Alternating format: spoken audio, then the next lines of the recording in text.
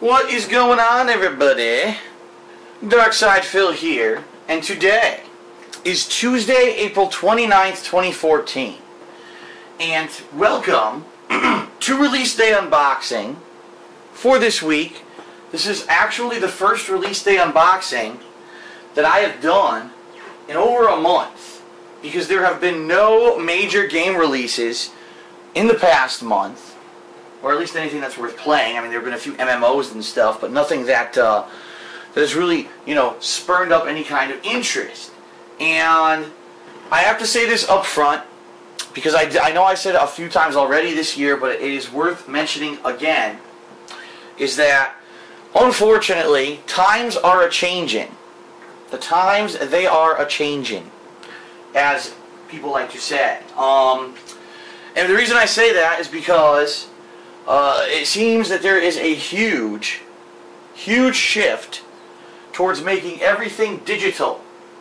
Digital download, instant on demand, midnight release, day one digital. This seems to be the moving trend for video games. And what a difference we have from 2008, when I started recording my gameplay, until now in 2014. Most games you can get immediately at, the night of release, over whether it's PlayStation Network, Xbox Live, or Steam, if you're talking PC. And it's becoming to the point where what is the advantage of buying the game physically in the store? And the only real answer there, quite honestly, is that you get to trade the game in and get some money back for your purchase. So, for example, as you guys know, what I do, I purchase a game physically in the store, I trade them in, and I get credit for it. Perfect example here. In order today to purchase today's unboxing game, The Amazing Spider-Man 2, I traded in Lego The Hobbit, I traded in Battlefield 4, and yeah, I know some people will be like, oh no, he traded in Battlefield 4. Well, I haven't played the game in months, and I had no plans on buying the DLCs, so I wasn't going to play it again. And I actually traded in Bioshock Infinite, which was worth a whopping $7, because, the game's been free and everything, everywhere. I traded those 3 games in, and those 3 games paid for The Amazing Spider-Man 2, and I still have $15 of credit. So as you can see, my business model works, because when I buy games, I play them, I record my gameplay, I stream my gameplay, and then I trade them in, and they end up paying for the next batch of games. It's actually, usually, I'd say maybe 10 to 12 times a year when I actually end up fully paying for a game because I don't have anything to trade in. Okay? So, for my business model, it works. It might not work for you. You might say, you know what, it's too much of a hassle for me to physically get to the store on release day and pick up this game. I'm just going to get everything digitally. Of course, if you buy this game for 60 bucks digitally, you can't trade it in. There's zero value, zero resale. So it'll be interesting to see over the next several years what happens. What's going to happen with stores like GameStop, who their primary profit does not come from the sale of consoles, does not come from the sale of new games, but comes from the resale of games. In fact, as I was in line to buy The Amazing Spider-Man 2, there was someone in line behind me buying a used game, which immediately is pure profit for GameStop. Okay? So, that being said, there may come a time this year, there may come a time shortly when there will not be release day unboxing videos anymore, especially if after my impending move, yes I know, the last time I did an unboxing video I didn't talk about this, but I am moving out of the state of Connecticut in the month of June. So, there may be a time in the near future where unboxing videos don't make sense anymore. There's nothing to show you, there's nothing really to talk about. And you're going to see here what I'm talking about, because thank God I had a little bit of information to tell you before we started, because outside of that I don't know what the purpose of this video is anymore. Unless I'm unboxing, say, a collector's edition. For example, I will be getting the Watch Dogs collector's edition at the end of May. But outside of the collector's editions of games, I'm not sure what the viability of release day unboxing videos is anymore. So here we are. Let's get to the subject matter at hand, and I'll show you what I'm talking about. The Amazing Spider-Man 2. This is the movie tie-in game with the movie that will be released. I believe it's already out internationally. For whatever reason, Marvel has been doing this. They've been releasing their movies internationally first, and then domestically, which means in the United States, like a week or two later. I don't know if they're just using international waters as a test audience. I have no clue. Okay? But hey, that's what they're doing. And so, I played Amazing Spider-Man 1 2 years ago, and it was funny, because I played the game before the movie had come out. That's what's happening this year as well, is I'm playing the game before the movie is out here in the United States. And the game completely spoiled the movie. The game completely spoiled the plot of the movie, which was funny, because it took place after the movie. Okay? But I loved the game. I thought it was a really well done Spider-Man game, open world, the combat was great. The game design, the characters, everything was done really well. Despite the fact that the movie I really did not like. I saw the movie and did not particularly enjoy it because of various reasons. That's just my personal opinion. I thought the game was well done. And so here we are 2 years later, we're kind of in the same situation. I've seen all the trailers for the movie. I think the movie looks god-awful, and everyone says, oh, but Phil, you don't get it. The movie is based off of the Ultimate Spider-Man universe, and that's why it's so different from the standard, the standard Marvel Comics Spider-Man storyline. And to which I say, yeah, and in the Ultimates universe, they killed off Peter Parker because the story sucked so fucking hard, they've had someone else become Spider-Man. And no one fucking likes it. Seriously. No one cares about it. People like classic Spider-Man.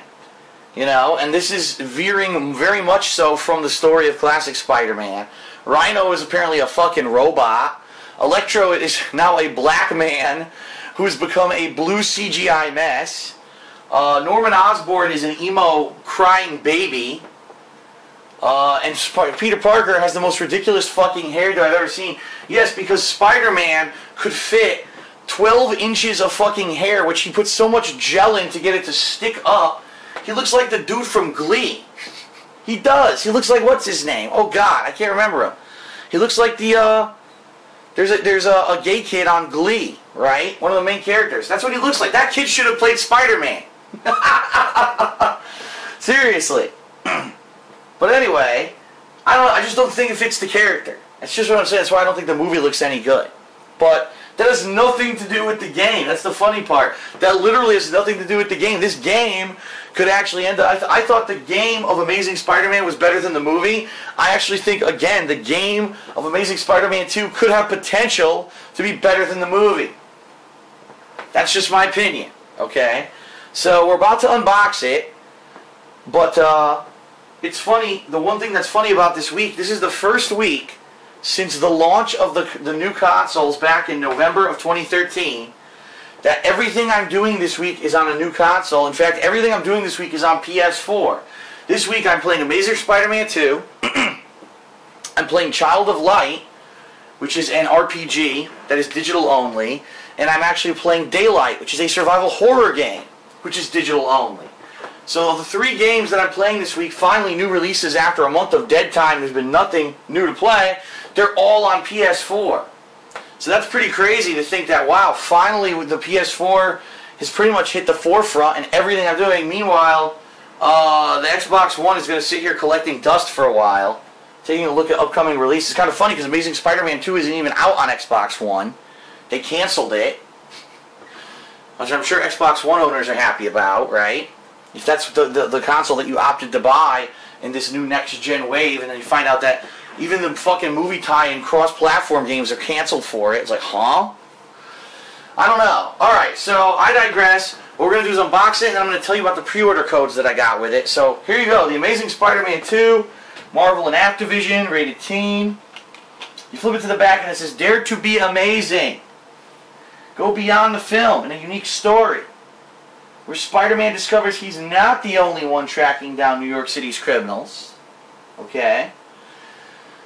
And it shows a few things. Basically says you can make karma choices to make the people love you or hate you. Gee, that sounds kind of similar to a Spider-Man game I played recently.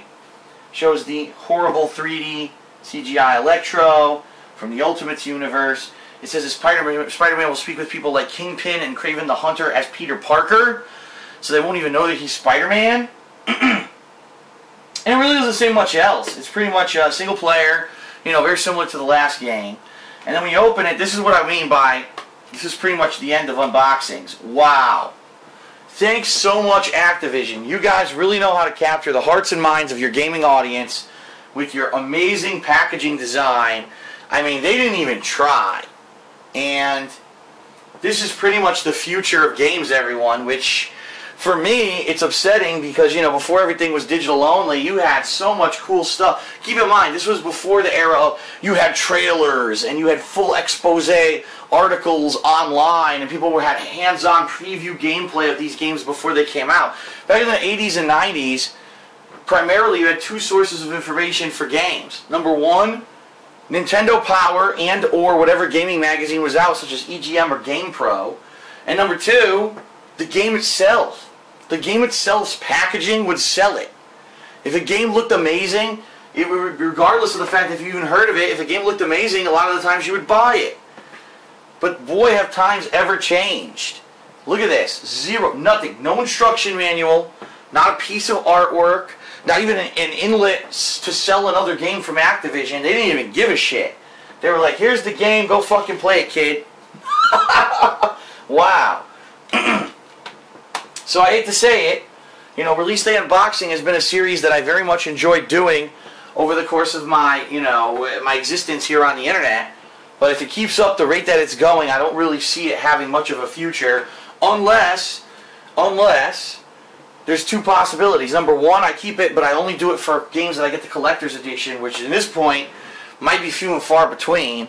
Or number two, maybe I'll rebrand the series, and instead of calling it Release Day Unboxing, we'll talk about like release day discussions, where I talk, for example, I talked all about the Spider-Man movies in this video, but it wasn't much of an unboxing. Maybe instead of calling it Release Day Unboxing, we change the name of the series so that you want to know about the games Phil's playing this week and his insight into them, watch this video. Doesn't matter if the game has an unboxing or not, you can still talk about it, right? So this is the kind of stuff that's probably going to be changing in the near future, especially after I move.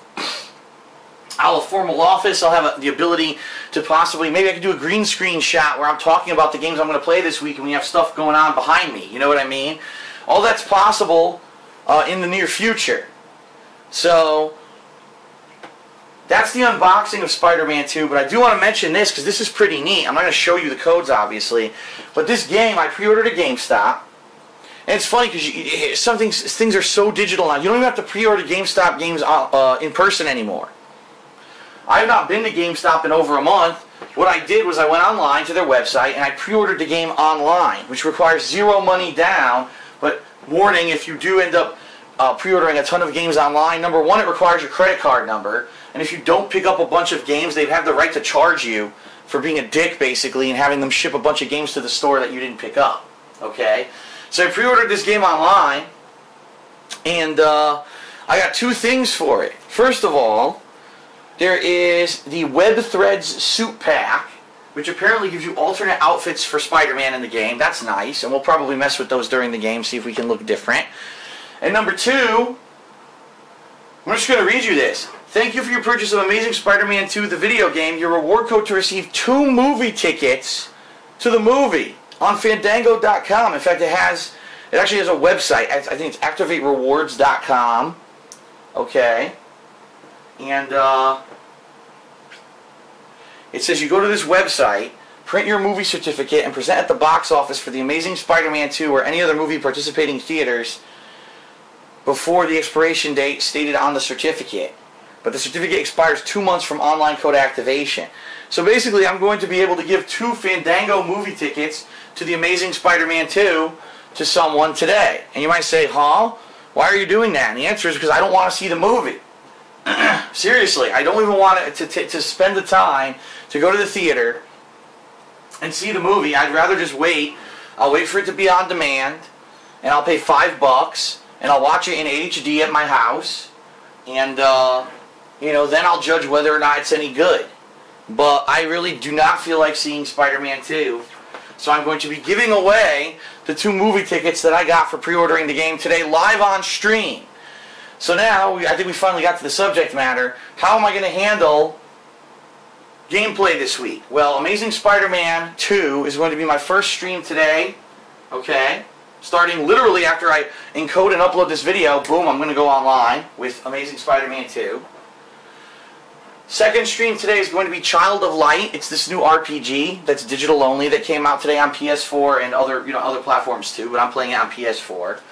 Tomorrow, I will probably do more Amazing Spider-Man, and possibly I will start Daylight, which is the survival horror game coming out on PC and PS4.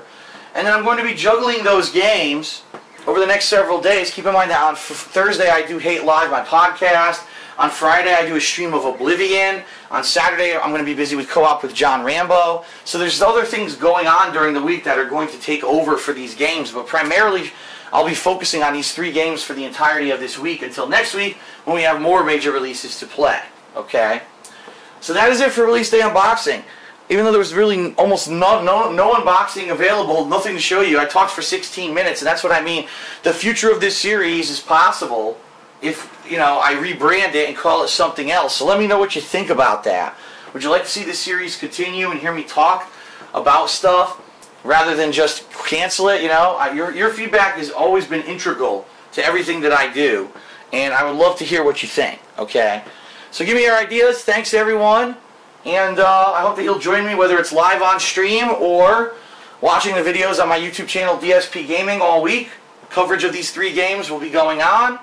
Amazing Spider-Man 2. Again, Amazing Spider-Man 1 was actually one of my favorite games 2 years ago. And let's hope that they did a good job on this one as well. Thanks, everybody, and I'll see ya for the gameplay. Peace.